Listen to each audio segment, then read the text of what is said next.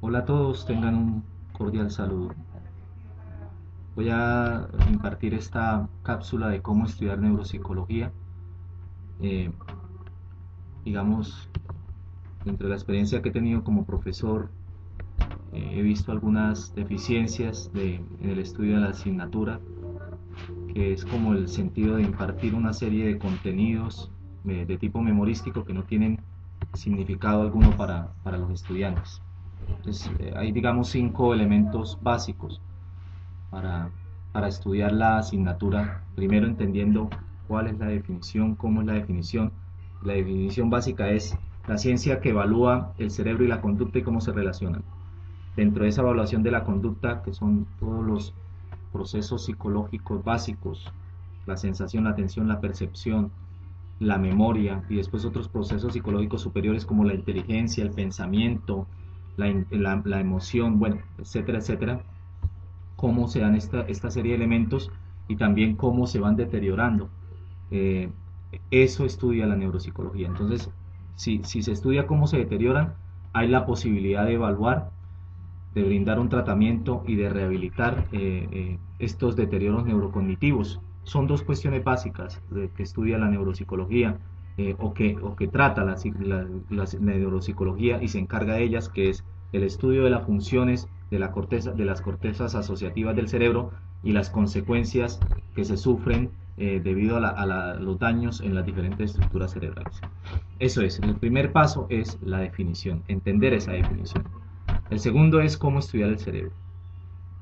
Personalmente creo que el cerebro se estudia de lo macro a lo mínimo, de lo más grande, los hemisferios cerebrales, el cuerpo calloso, los 4 lóbulos, pasando por el cerebro interno, que serían las diferentes estructuras del diencéfalo, mesencéfalo, prosencéfalo y los 12 pares de nervios craneales.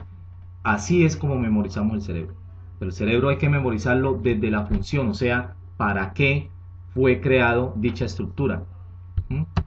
Después vamos a ver los diferentes procesos psicológicos del cerebro, cómo participan las diferentes estructuras en dichos procesos. Los dos principales procesos cerebrales del ser humano son la sensación y la percepción. Entonces, ¿qué áreas participan en la sensación? Básicamente participa el lóbulo parietal.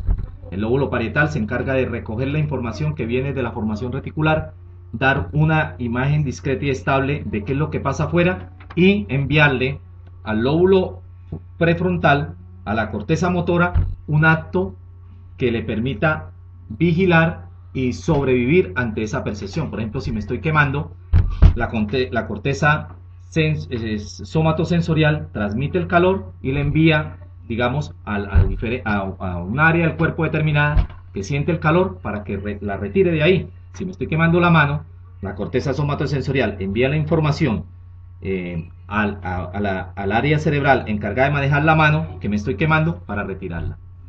Los otros dos procesos básicos son la atención y la memoria. Dentro de la atención participan principalmente la corteza prefrontal, la corteza posterior parietal y la sustancia reticular que está en el bulbo raquídeo. El bulbo raquídeo se encarga de mantenernos vigilantes y mantener una atención sostenida sobre cierto estímulo. Cuando la persona está manejando, está rígida, está aprendiendo a manejar, está rígida porque está atendiendo cualquier estímulo mientras aprende. Y en la memoria, la estructura básica es los ganglios basales, que se encargan de manejar, es una estructura de relevo hacia diferentes áreas del cerebro, pero básicamente participa en las emociones, ¿Esto qué quiere decir? Que la memoria se activa por la emoción.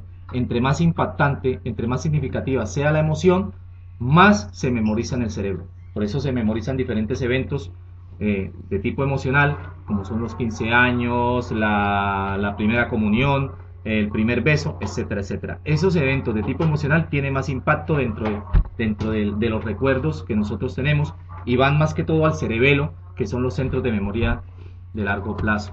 Y finalmente, los centros cerebrales del lenguaje. Hay que entender que dentro de otros procesos como el pensamiento, la inteligencia, participa todo el cerebro y dentro de áreas específicas e inespecíficas, porque el cerebro trabaja en red. Pero dentro de los centros cerebrales del lenguaje está más que todo el área de Broca, que es el área motora, y el área de comprensión del lenguaje, que es el área de Wernicke, en el lóbulo temporal. Lóbulo frontal, lóbulo temporal. Pero participan otras áreas inespecíficas encargadas de, por ejemplo, los movimientos internos de la tráquea, las cuerdas vocales que están en la corteza somatosensorial, y también participa lo que yo estoy viendo para comunicar algo, que sería el lóbulo occipital. Entonces, básicamente es eso, es entender cómo se dan estos procesos. Primero, entender la definición de neuropsicología. Segundo, entender cuáles son las áreas cerebrales, estudiando el cerebro de adentro hacia afuera. Y tercero, mirar cómo se dan esos procesos psicológicos y saber cuáles áreas cerebrales participan en esos procesos psicológicos. Creo que si estudiamos así el cerebro, podemos aprender mejor la asignatura y sacarle más gusto y más provecho a ese proceso pedagógico que se da cuando estamos estudiando el área de neuropsicología. Espero que esta cápsula les haya servido, que estén muy bien, un saludo cordial, hasta luego.